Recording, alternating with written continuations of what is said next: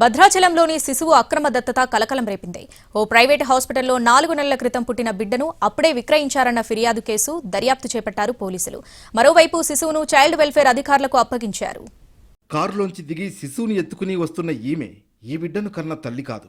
శిశువును అక్రమంగా దత్తత తీసుకున్నారన్న ఫిర్యాదుతో కేసు దర్యాప్తు జరుగుతున్న వేళ పాపను భద్రాచలంలోని శిశుగృహకు తీసుకొచ్చి అధికారులకు అప్పగించారు.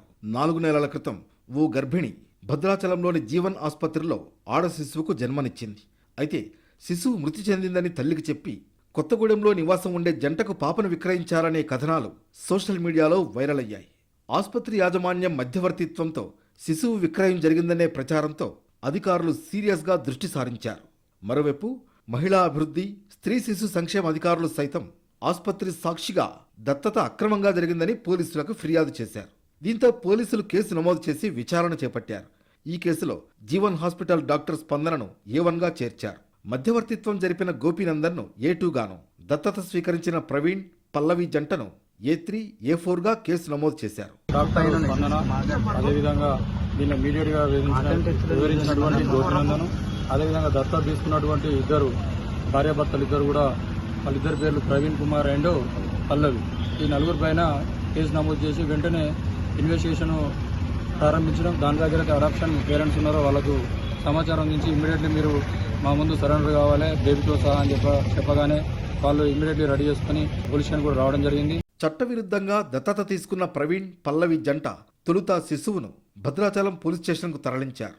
నాటకీయ పరిణామాల మధ్య సాయంత్రం భద్రాచలంలోని శిశుగృహకు తీసుకువెళ్లి శిశువును అప్పగించారు. ఈ వివాదంలో తొలి నుంచి వ్యక్తమవుతున్న అనుమానాలు ఇప్పటికీ కొనసాగుతున్నాయి. ఈ శిశువు నాడు విక్రయించిన పాపేనా, లేకపోతే మరో పాపను తెచ్చారా అనే అనుమానాలు వ్యక్తమవుతున్నాయి. లేకపోతే ఇంత రహస్యంగా శిశుగృహకు తరలించడంలో ఆంతర్యం ఏంటని నిలదీస్తున్నారు. అయితే శిశువును పోషించుకునే స్థితి లేకపోవడంతో ప్రభుత్వానికి నెలల చిన్నారిని ప్రవీణ్, పల్లవి జంట అప్పగించేశారన్నారు శిశు సంక్షేమ అధికారి. పాప 4 నెలల వయసు పాప.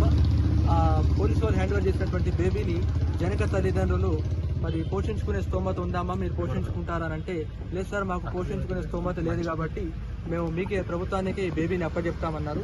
దానికి సంబంధించినటువంటి డాక్యుమెంటేషన్ చేయించుకొని చైల్డ్ వెల్ఫేర్ కమిటీ ఆ బేబీని తీసుకోవడం జరిగింది. జీవన్ ఆసుపత్రి డాక్టర్, న్యాయవాది చెప్పినట్లుగా సంతకాలు ఎక్కడ పెట్టమంటే అక్కడ పెట్టామని మహిళా శిశు సంక్షేమ అధికారులకు వాంగ్మూలం ఇచ్చింది శిశువును కన్న తల్లి.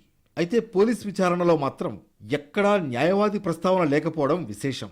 మరోవైపు ఈ శిశువుకు జనన ధృవీకరణ పత్రాన్ని సైతం సృష్టించినట్లుగా తెలుస్తోంది.